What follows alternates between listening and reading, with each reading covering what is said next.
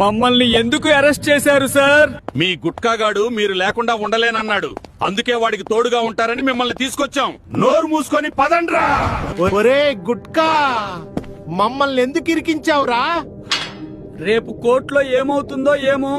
My lord, ఈ ముగ్గురు కలిసి లక్షలాది మందిని అనారోగ్యానికి గురి చేస్తున్నారు. గుట్కా నోటి క్యాన్సర్, సిగరెట్ ఊపిరితిత్తుల వ్యాధులు, బియర్ లివర్ సమస్యలు. వాళ్ళు సంతోషం ఇస్తామంటారు, కానీ చివరికి బాధనే ఇస్తారు. వీరిని కఠినంగా శిక్షించండి మై లార్డ్. మై లార్డ్, మా మీద మమ్మల్ని వాడటం హానికరమని ఉంది, అయినా మమ్మల్ని అతి మోతాదులో వాడుతున్నారు. ప్యాక్ మీదనే వార్నింగ్ ఉంటుంది, అయినా తింటున్నారు.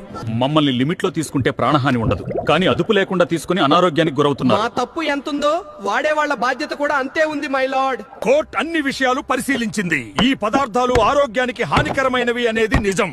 సాధ్యమైతే ఇవన్నీ పూర్తిగా నిషేధించాలి. అలా సాధ్యం కాకపోతే ప్రభుత్వాలు వాటి వినియోగంపై కఠిన నిబంధనలు